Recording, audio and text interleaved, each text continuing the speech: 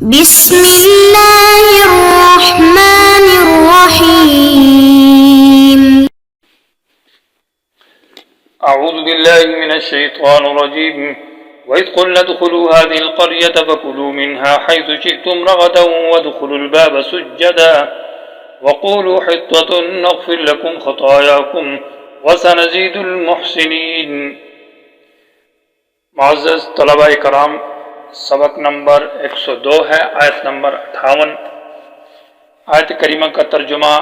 سماعت فرمائیں۔ وَإِذْ قُلْنَا ادْخُلُوا هَذِهِ الْقَرْيَةَ، اور جس وقت ہم نے کہا داخل ہو جاؤ اس شہر یعنی بیت المقدس میں، پس کھاؤ اس سے جہاں سے چاہتے ہو جی بھر کر، اور داخل ہو جاؤ شہر کے دروازے میں جھکتے ہوئے، اور کہو کلمہ حطۃ، تو معاف کر دیں گے تمہارے لیے تمہارے گناہوں کو، اور ضرور بڑھا دیں گے نیکی کرنے والوں کے درجات کو۔ اس آیت کریمہ کے اندر اصل میں یہ تمہید ہے، آیت کا جو عنوان ہے وہ تمہید ہے۔ بعد والی آیت کے اندر سزا کا ذکر ہے، وَبَدَّلَ الَّذِينَ ظَلَمُوا قَوْلًا میں فَأَنزَلْنَا عَلَى الَّذِينَ ظَلَمُوا رِجْزًا مِّنَ السَّمَاءِ، کہ ہم نے ان کے اوپر طاعون کی بیماری اتاری۔ تو یہ جو سزا دی ہے بعد والی آیت نمبر 59 کے اندر، اس کے لیے اس آیت میں تمہید ہے کہ یہ سزا کیوں ملی۔ سوال یہ پیدا ہوتا ہے کہ یہاں تو انعامات کا تذکرہ چل رہا تھا،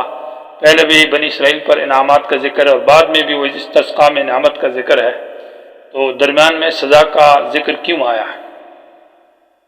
اس کا جواب یہ ہے کہ چونکہ یہ واقعہ میدان تیہ کے اندر پیش آیا ہے، جیسے کہ پہلے واقعات جو انعامات تھے بنی اسرائیل پر، کہ غرق سے نجات دی اور کتاب دی اور شرک معاف کیا، اور اس طرح حیات جو دی، اور اس طرح من اور سلوہ جو انعامات تھے، یہ تمام کے تمام واقعات میدان تیہ یعنی صحرا سینا کے اندر پیش آئے۔ اور یہ جو واقعہ ہے وَإِذْ قُلْنَا ادْخُلُوا هَٰذِهِ الْقَرْيَةَ، یہ بھی چونکہ وہاں پیش آیا ہے اس لیے درمیان میں ذکر کیا۔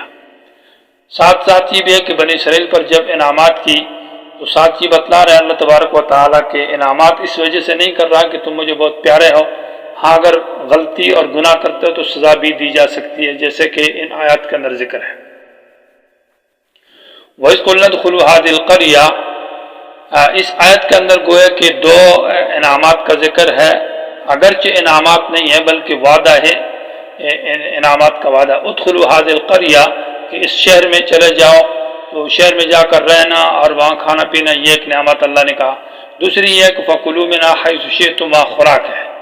سکون رہائش اور خوراک۔ اور دو امور تشریعہ یعنی دو امور تکلیفیہ مکلف کیا ہے۔ ادخلوا الباب سجدا، کہ دروازے میں داخل ہوتے ہوئے جھک کر، یہ عملی فعل ہے، اور قولوا حطۃ، یہ قولی عمل، قولی عبادت ہے، کہ کلمہ استغفار اور استغفر اللہ کہنا، لا الہ الا اللہ، یہ دو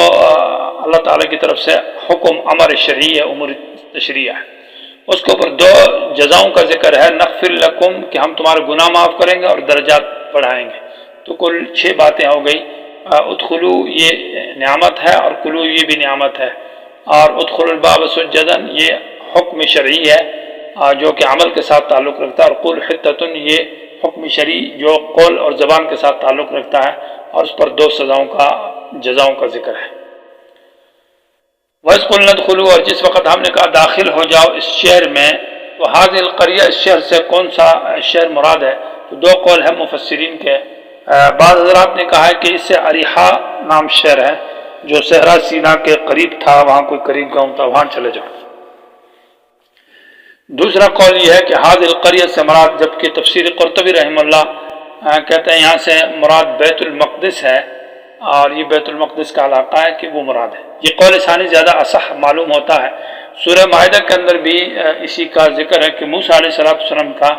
کہ اس شہر کے اندر ادخلوا هذه القرية قد كتب اللہ لکم، اللہ نے تمہارے لیے لکھا ہے، اور وہ بیت المقدس تھا۔ تو بیت المقدس میں جاؤ، جبابرہ رہتے تھے جو عمالقہ ان کی قوم تھی، ان کے ساتھ جہاد کرو، اور جیسے ہی تم شہر میں داخل ہو جاؤ گے تو اللہ تبارک و تعالیٰ تمہیں فتح عطا کرے گا، اور یہاں پھر مال غنیمت ہے، رہائش ہے، کھانا پینا ہے۔ تو یہ بات کہی بنی اسرائیل کو، چونکہ بنی اسرائیل حضرت موسیٰ علیہ السلام کے دور میں یہ حکم ملا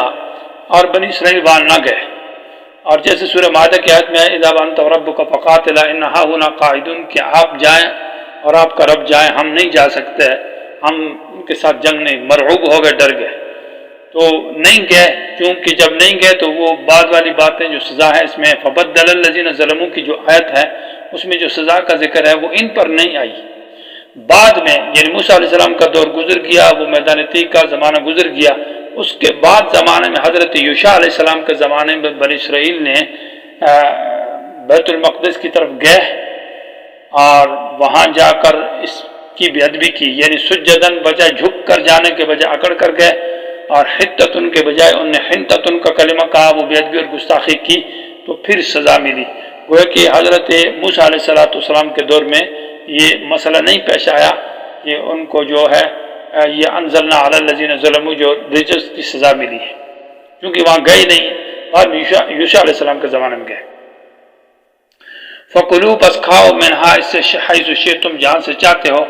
یہ گویا کہ خوراک میں وسعت کی اجازت دے دی، رغدن جی بھر کر جتنا چاہتے ہو جو جی میں آتا ہے، اور مکان کے اندر بھی وسعت ہے کہ ادخلوا هذه القرية شہر میں رہو، اور دو امر ذکر کیے، گویا کہ یہ دو انعامات ہیں لیکن ان کا وعدہ ہے، اور وعدہ مشروط ہے کہ اگر داخل ہو گئے اور کلمہ استغفار کیا تو اللہ تعالیٰ یہ نعمتیں دے گا، چونکہ نہیں گئے تو وہ نعمتیں نہیں ملی۔ وادخلوا الباب اور داخل ہو جاؤ دروازے میں، باب سے مراد باب القریہ ہے، اس سے مراد یہ ہے کہ وہ بیت المقدس کا بعض نے کا مسجد کا دروازہ ہے، لیکن اصح یہ ہے کہ وہ جو بیت المقدس تھی وہ بہت بڑا شہر تھا، اور پرانے زمانے میں پورے آبادی جو ایک سٹی ہوتی ہے اس کے ایک باہر میں بڑا دروازہ ہوتا ہے، تو وہ اس دروازہ مراد ہے جس میں بہت سارے گھروں کے احاطہ کیا ہوتا ہے اور بڑا مین گیٹ مرکزی گیٹ ہوتا ہے، وہ مراد ہے۔ چونکہ وہ مسجد کی طرف تھا تو اس لیے بعض حضرات نے باب المسجد لکھا ہے، مراد وہ باب القریہ ہے۔ اس دروازے میں داخل ہو جاؤ جو اسی بیت المقدس کا بہت بڑا گاؤں تھا، اس کے بڑا مرکزی دروازہ، سجدن معنی رکوع کی حالت میں، یعنی جھکتے ہوئے، سر نیچے کے ہوئے۔ مستدرک حاکم نے لکھا ہے کہ چونکہ وہ جو دروازہ تھا بیت المقدس کا وہ چھوٹا تھا، اس کا وہ نیچے تھا، تو اس لیے آدمی جب جاتا تو اس میں جھک کر جانا پڑتا تھا۔ اور بعض حضرات نے کہا سجدن سے مراد یہ ہے کہ منقادین تابدار ہو کر، یعنی اللہ کی تابداری میں اور عاجزی کے ساتھ جانا مراد، اور لغوی معنی ہوگا عاجزی کے ساتھ تکبر نہ ہو۔ وقولوا اور کہو حتتن، کلمہ حتتن، یہ حتتن جو ہے اس میں دو قرات ہیں، ایک حتت الرفع کے ساتھ ہے جو کہ ہمارے سامنے قرات موجود ہے اور یہ مشہور قرات ہے، دوسری حتتن نصب کے ساتھ ہے، تو جب نصب کے ساتھ ہو تو اس پر اعتراض نہیں ہے کیونکہ قولو فعل ہے اور اس کا مقولہ جو ہے وہ منصوب ہوتا ہے، تو اس لیے حتتن اس پر کوئی اعتراض نہیں، لیکن حتتن مرفوع ہو تو مقولہ پر نصب ہے، یہاں پر رفع آیا ہے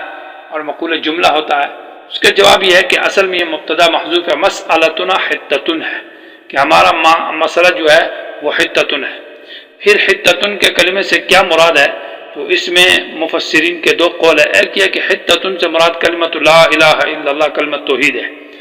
اور بعض نے کہا کلمہ استغفر اللہ، استغفار مراد ہے،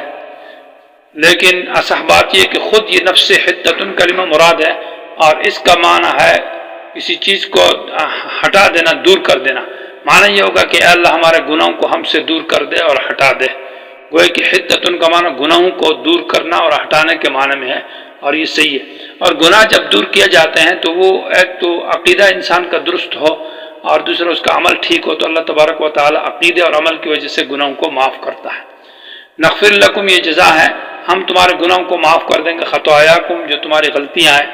لفظ خطایا یہ جمع تکسیر ہے، سین کے ساتھ جمع مکسر جس کو کہتے ہیں خطیاتن کی، اس کا معنی یہ ہے کہ نسیان کے معنی میں بھی استعمال ہوتا ہے، بھول جانا، تو اس صورت میں یہ گناہ نہیں ہے، خطیہ بھول جانے کو کہتے ہیں۔ اور خطیہ کا معنی ہے خلاف اولا کام، یعنی غیر مناسب جو ہے اس کو بھی خطیہ کہا جاتا ہے۔ اور خطایا جو ہے یہ گناہ صغیرہ کو بھی کہا جاتا ہے، اور اسی طرح لفظ خطایا یہ گناہ کبیرہ کو بھی کہا جاتا ہے، جیسے اس صورت میں بعض میں آتا ہے وَاحَاطَتْ بِخَطِیئَتُهُ، اور خطیہ گناہ کفر تک کو بھی استعمال کیا جاتا ہے۔ تو چونکہ ہم تمہارے گناہوں کو معاف کر دیں گے اور تمہارے درجات کو بڑھا دیں گے، ہماری امت میں بھی یہی ہے کہ جب انسان نیک اعمال کرتا ہے، عقیدہ اس کا ٹھیک ہو، تو اس کے صغیرہ گناہ معاف کر دیے جاتے ہیں۔ تو اس طرح ان کے ہاں بھی تھا کہ حتتن الاستغفار پڑھو اور عجز کے ساتھ جاؤ، یہ عبادات تھی تو اس کا نتیجہ یہ ہوگا تمہارے صغیر گناہ معاف کر دیے جائیں گے۔ وَسَنَزِيدُ الْمُحْسِنِينَ، اور ہم بڑھا دیں گے نیکی کرنے والوں کے درجات کو۔ یہ سنزیدو کا عطف نہیں کیا نغفر لکم، وہ مجزوم ہے۔ بعض نے کہا کہ اس کا یہ مستقل کلام ہے اور اس کا عطف ہے قولو پر، جیسے اللہ نے کہا قولو حطۃ کہا تو یہ بھی ایک مستقل نعمت کا ذکر ہے کہ ہم محسنین کے درجات کو بڑھائیں گے۔ استقلال کی وجہ سے کہ عظیم نعمت ہے کہ نیکی کرنے والوں کے درجات اللہ بڑھاتا ہے، اس لیے اس کو اس پر عطف نہیں کیا۔ بعض نے کہا عطف تو کیا ہے نغفر پر، لیکن وہ مجزوم ہے صراحتاً، اور یہ مجزوم نہیں ہے اور اس پر رفع کی حرکت جاری کی ہے اس کے استقلال کی وجہ سے کہ یہ ایک مستقل نعمت ہے، یوں سمجھو کہ اس میں داخل نہیں ہے۔ محسن کس کو کہتے ہیں؟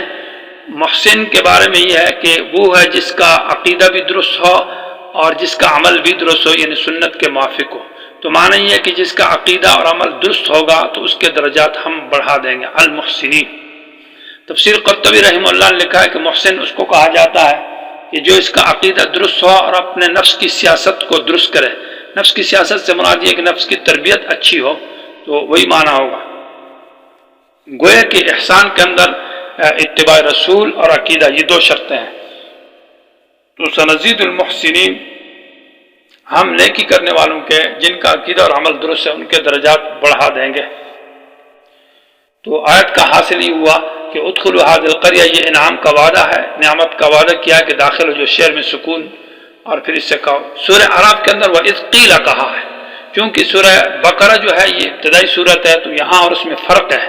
کہ یہ ابتدا صورت ہے تو اس کا قائل کو ذکر کیا کہ فاعل کون ہے، تو قل نام ہے، یہاں فاعل کا ذکر کیا کہ وہ اللہ ہے۔ جب معلوم ہو گیا تو وہاں قیل مجہول کے صیغے کے ساتھ ذکر کیا۔ دوسری وجہ یہ ہے کہ یہاں بطور نعمت کا ذکر کیا، کیونکہ اگرچہ نعمت نہیں ہے لیکن وعدہ نعمت ہے، تو قل نام متکلم کا صیغہ اس کے مناسب ہے۔ یہاں ادخلو کہا ہے اور وہاں اسکنو کہا ہے، کیونکہ دخول مقدم ہے